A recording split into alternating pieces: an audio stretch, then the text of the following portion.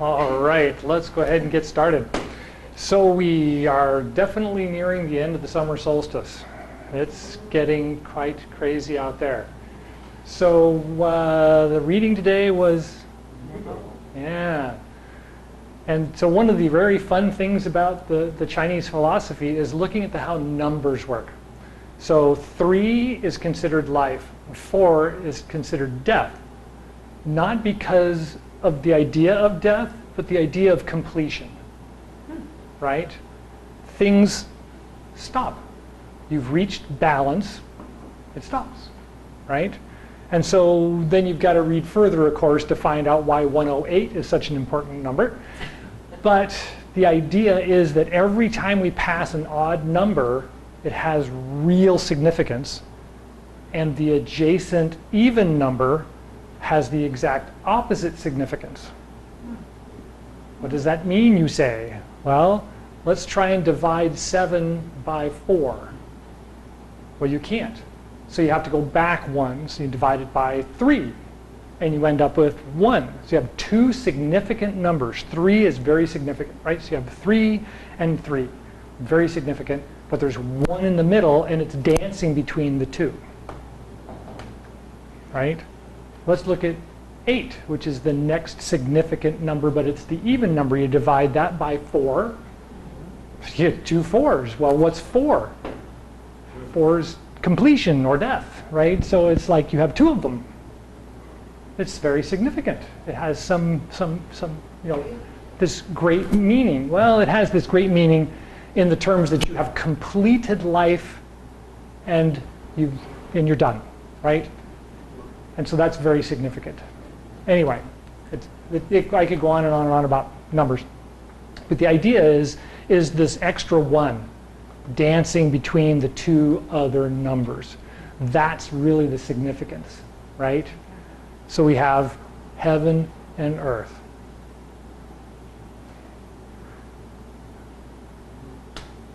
Right? Man is dancing between heaven and earth. Heaven and earth are consistent. They never really change, but man comes and goes, right? So we have this constant dance. And so we look at that in our daily lives, right? When we have things are going well, we either get 1 more or we get 1 less, and things aren't quite right anymore, and we've got to go back to balance. And so we figure out what to do with that extra 1, right? And so this time of year, look in your garden. Abundance is there, right? There's always 1 more than you need. If anybody's raised zucchinis or tomatoes, you know, I don't want to go in the garden. Why not? Because there's more zucchini, more tomatoes. They're just abundant, right? And you have to figure out what to do to get them to balance. You have to give them away. You have to kill them all. You have to do something to bring it back to balance. Otherwise, you're kind of stuck in this overwhelming abundance, right? Well, that's because we're in summer. If we go back a few months and look at winter, we were in constant lack, right? We're always not enough heat, not enough fire, not enough food, not enough, right? Because it's just 1 less all the time. I don't want to go outside. Why? Because it's going to be 1 less. I just know it, right? Right? We get that same character when we look at it that way. We start to understand where we see this balance is either 1 more or it's 1 less. It's either too hot or it's too cold. It's a little too much or a little too less, you know? And so we want to kind of accept that now and understand how that works, so that when we're moving into fall, which is still a little while away, but we want to take that lesson and start observing how that works, so we can see when fall hits that it's always going to be a little bit less. And fall is the time to edit, right? So we kind of, I don't need to do that extra thing, all right? I don't need to have that extra, and I don't need to, we start kind of editing things and thinning them down, because when winter gets here, we know where we are. So, right, now's that time of kind of recognizing a little bit more right now, we learn to work with it so that we understand when it's time to start thinning back. Makes perfect sense. Any questions on that?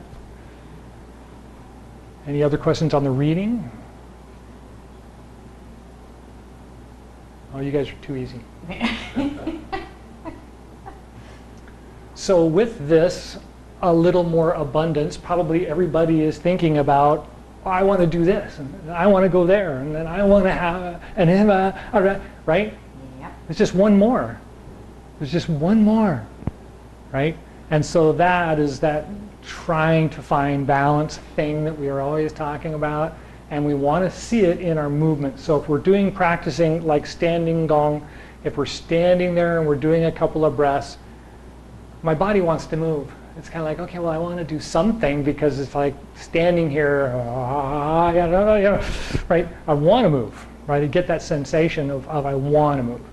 And so just moving from side to side and kind of feeling that character that we looked at in spring, of that pendulum just kind of swinging, and feel how the body moves back and forth, starts to sink back in again, right? We've come to the middle of summer and everything was as full as it can be, and now we're starting to feel that we need to move it to get it to move. Where do we want it to move? Out, right? We don't want to trap the heat, right? So the heat of summer has filled us up. We got this nice full feeling. Oh, summer is wonderful. I need to walk around in cold feet in the morning. I need to go outside when the ground is cold and just shuffle my feet around a little bit just to get the heat to get out of my system, because now I'm hotter than I used to be, right? All the time. We're like a battery, right? We're outside in the sun and we're moving around, and then we go home to settle down, and it's like, you know, how do I get the heat off of me, you know, because it's just hot and it's not going away. I'm laying in bed and my wife reaches over and touches me. You're hot. And it's like trapped heat, right? I've got a trapped heat issue. And that's been my life. And so you sense that. Now we need to find that, how moving moves the heat out, right? So running, not so good, right? Swimming, probably a good idea. Soaking your feet, Epsom salts, sea salts, vinegar, you know, any of the good bath salt kind of things for your feet, awesome this time of year. But just movement, right? So let's think about how the movement of the body helps to release the heat. So if I'm just standing here and I'm not thinking about anything, I can actually feel the middle of my body staying warm and kind of stagnating. You know, you get that stagnating kind of feeling. But if I'm to move from one side to the other and think about my feet, I can kind of feel the heat, that sensation of stagnation, move down and fill up my feet. Weird? Sure. Practical? Absolutely. Right? We want to get that sensation. So then if you hang your hands, like we did Do Chi, and the hands just went, and you get that sensation of the hands hanging there, and then you move from side to side and feel them sway slightly, the heat moves to your hands too. So now your hands and your feet have that sensation of the heat. And if you remember spring, and again we'll do this in fall, you can kind of feel the shower, the water running down on your body, running down off your fingers and dripping onto the ground and down your feet and draining down the drain. Kind of get that feeling. Think about that feeling while you're standing there bobbing back and forth slightly. If this makes you dizzy, stop. Drink water. It's dehydration. It's too much heat. Even if you're drinking water, you may drink more water. It's okay. So everybody got that feeling? Right? It kind of gives you that, it kind of calms the heat down. It allows the heat to move.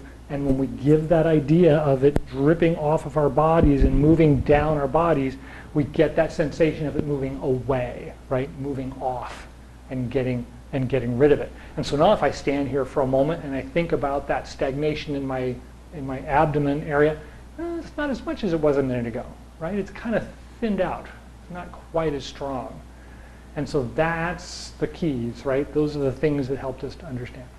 So when we do the Qigong exercises and or the Tai Chi movement exercises, we really don't want to think like we do in the wintertime of encapsulating the energy in the body and holding it and moving it, right? In the wintertime we talk about yin is holding on to yang's flame, trying to keep it from being blown out in the cold, windy weather, right? Right now we're at a stage where yang is trying to lift yin up and out of it because yin's too hot, right? There's too much heat, and yang is trying to lift it up and hold it out to get it to cool down a little bit because it needs to be cool. That's what yin is, right? And so let's take the either sowing seeds or parting wild horse's mane exercise. So we've got the standard stance. Want to find the middle of the stance and just stand there for a moment like we did the last class. And you can feel that it kind of wants to move, right? You want to be either on the back foot or on the front foot because this position kind of makes you feel like I want to be more in the middle. And this isn't in the middle, I want to be, no, this is, wait, right? And so roll back and forth from the front leg to the back leg. And then we're going to add a turn to it. So when I'm on the back leg, I'm going to turn out towards that foot. And then as I move to the front, I want to turn forward, so I'm towards the front foot, and then turn and come back, and turn up and come out and back. And then relax the arms and kind of feel them just wobbling around with your move. So they don't do anything specific, they just kind of pendulum around with you. So far so good? Anybody want to try reversing that? Right, so start in the back, come out to the front foot, turn and come back to the heel. Turn towards the front foot, come out and back. Good. And then roll the hands with it.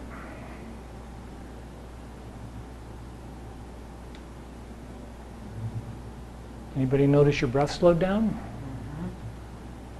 Anybody find a spot where the breath fits?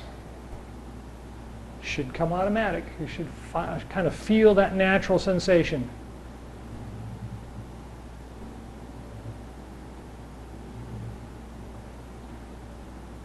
Good. All right, and relax.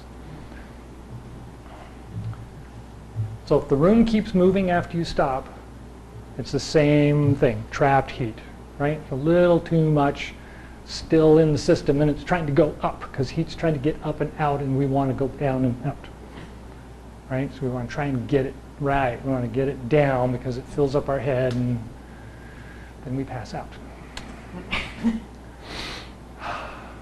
Or feel like you want to. Right? Yeah. Either way you look at it, that's not what we want. Okay.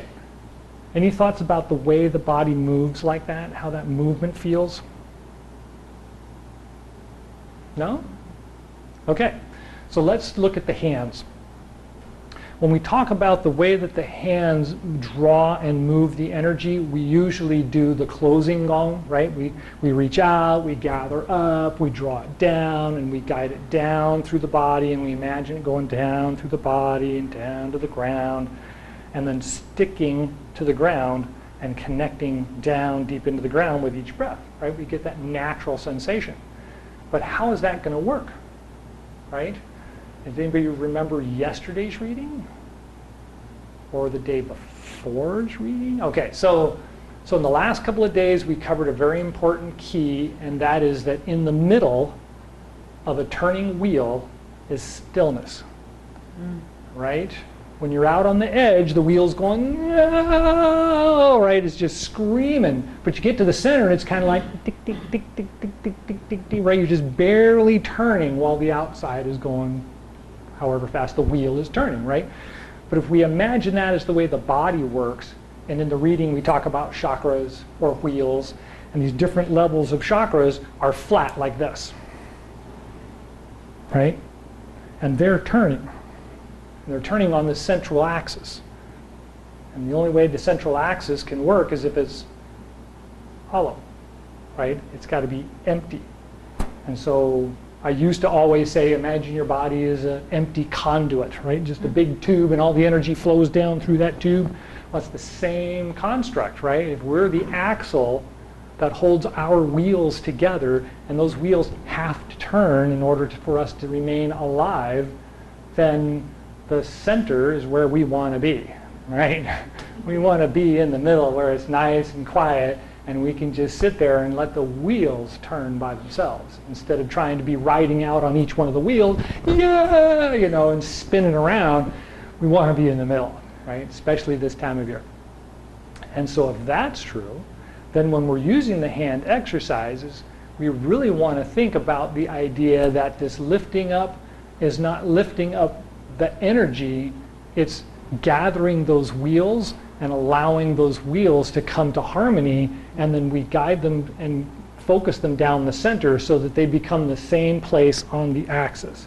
So if this wheel's moving really fast, and this wheel's moving really slow, and this wheel's moving really fast, and this wheel's moving really slow, we really want them all to line up so that they're all going at the same speed, right?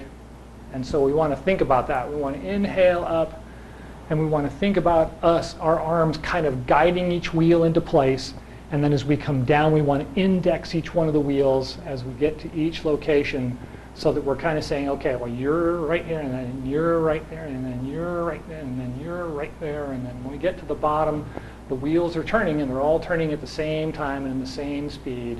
And we're the hollow in the center, right? We're the quiet, just allowing them to turn.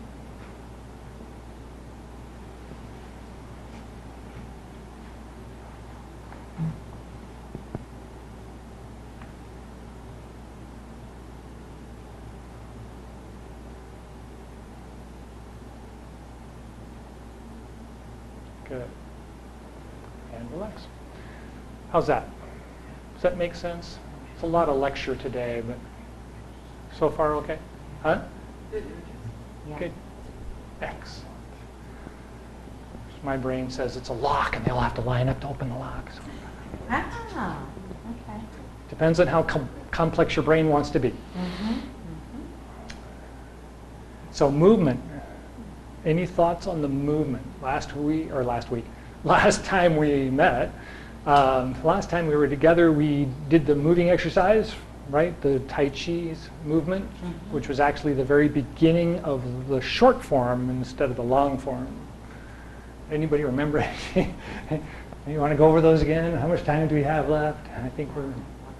Oh, lucky you. How much time do we have left? He has 2 watches on, so we won't ask him. Yeah, I know. 6 we have 6 minutes left? What do you think?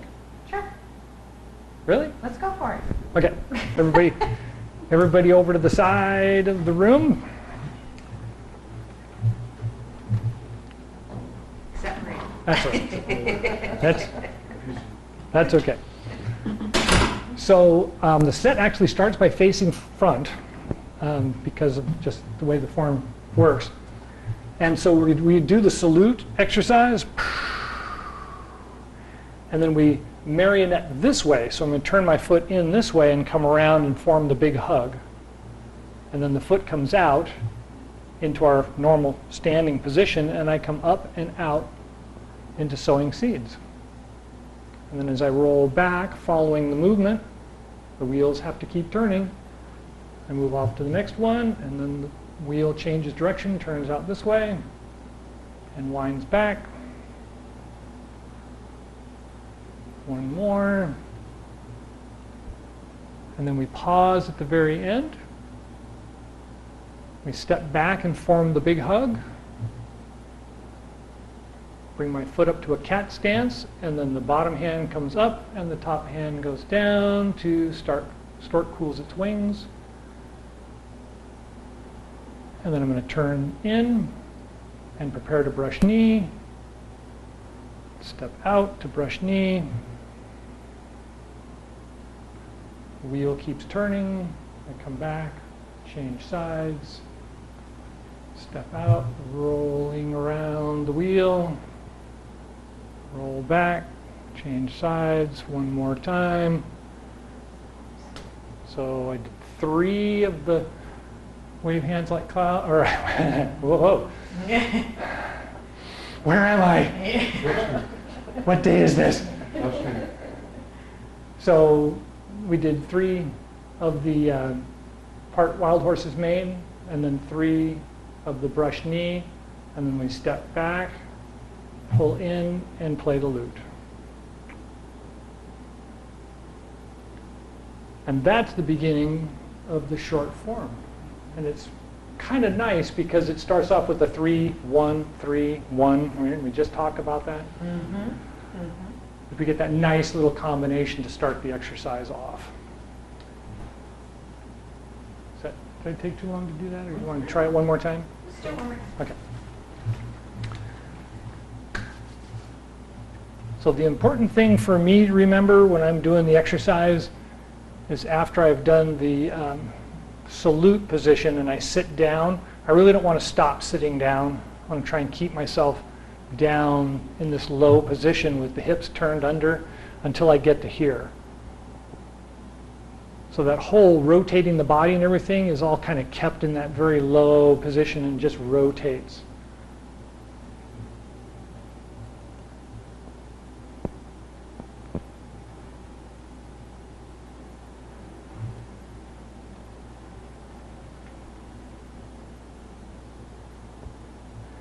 So that was 3. I'm going to step behind, form the big hug.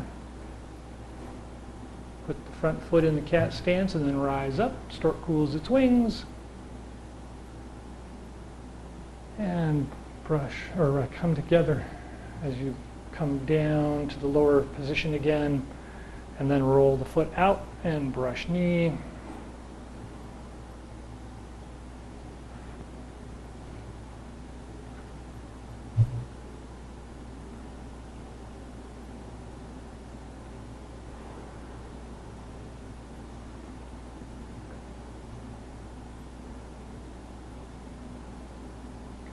Step back and pull in to play the lute. And then we'd go into repulse monkey from here and then go backwards and end up kind of where we started and then go into the rest of the set from there. But it's a great beginning exercise because of that 3-1-3 pattern. And so we teach that pattern as we've been doing in the the Qigong class, right? We always practice brush knee, we always practice parting wild horse's mane, or sowing seeds, or throwing the frisbee, whatever you want to call it, technique, because they're so prevalent in the set, even in the short form. It's the first 2 you do, right? In the long form, it shows up multiple times, and we end up doing, well, not all of it, but a lot of it we do multiple times. So any questions about the movement in the movement? We kind of talked about that, and then the stillness in the movement. Right? I said that in my email, and I'm not sure how clear it was. No, I mean, what we just did too, what we talked about, the stillness and the wheels moving. Yeah, I'm trying to keep that centeredness or groundedness per se. Right. Yeah. Right. Very important. Yeah, we look at it, because we've passed the industrial age, we look at it a lot in mechanics. A lot of people see things mechanically. But a lot of this was written before the industrial age, and so wheels wasn't the term, right? They didn't use wheels. They talked about just the movement of the energy around you and the way that the clouds move in the sky and storms, right? And so it's all more, natural and less mechanical. But nowadays it's really easy to just, oh yeah, well, oh yeah, I know how it works.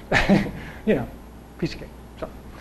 But numerology has always been fascinating to me. I was raised in numbers, and so I try to see patterns and all that kind of stuff. And so finding numerology in the I Ching, in the Suen, in the Wananza, it's just prevalent. We're talking about texts that have been gathered over 3,000 years, and it's prevalent. How can you deny that? Kind of thing. All right, I'm rambling again. Any last thoughts about the movements or the discussion, the reading? No? Okay. Last thing is diet, right? I didn't talk about diet yet today, and we are definitely in a position where less is more, right? I don't want to go out in the garden. Why? Because there's going to be more zucchini. Don't think you got to eat them, right? Last year about this time, I think when our big discussion was, meet your neighbors. Now is a really good time to share the bounty. You know, it's really hard in the wintertime to share when you have very little, but it's very profound. In the summertime, it's very important to share when there is so much because it's so profound, right? Okay. Last thought. No last thought? All right. Let's go ahead and stand for just a moment.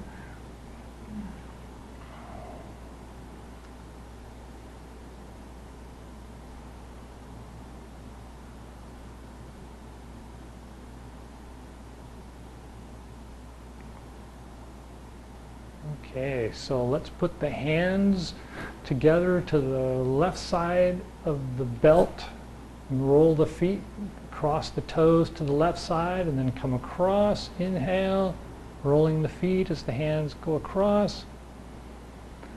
And then exhale, come out and go to the heels and come back across. And one.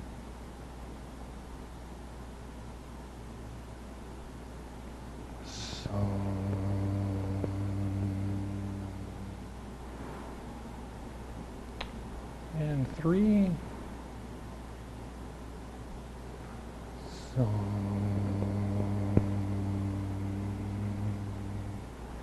And switch to the other side. 1.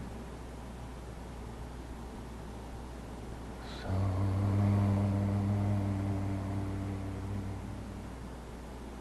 2. So. 3. So. And then separate the fingers, the hands to either side, remaining in contact with the waist. Inhale and then exhale and lightly rub the fingers down the outside of the legs until the hands and the fingers are at the extension of the arms. Feel the bottom of the feet. Take a deep breath and gather up the chi. And guide it down the axle or down the center of the conduit.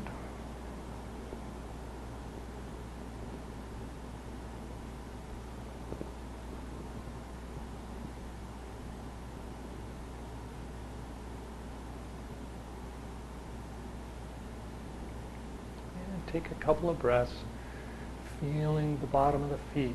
Feel the energy slipping through the body, pushing down through the feet and into the ground, deeper and deeper with each breath.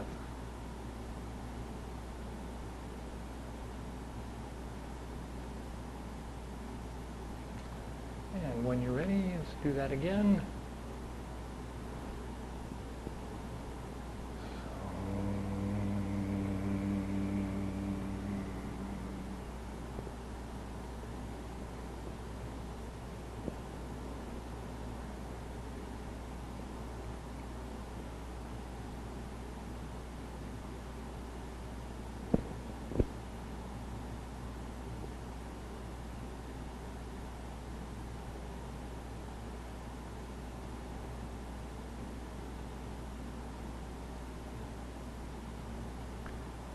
When you're ready, one more.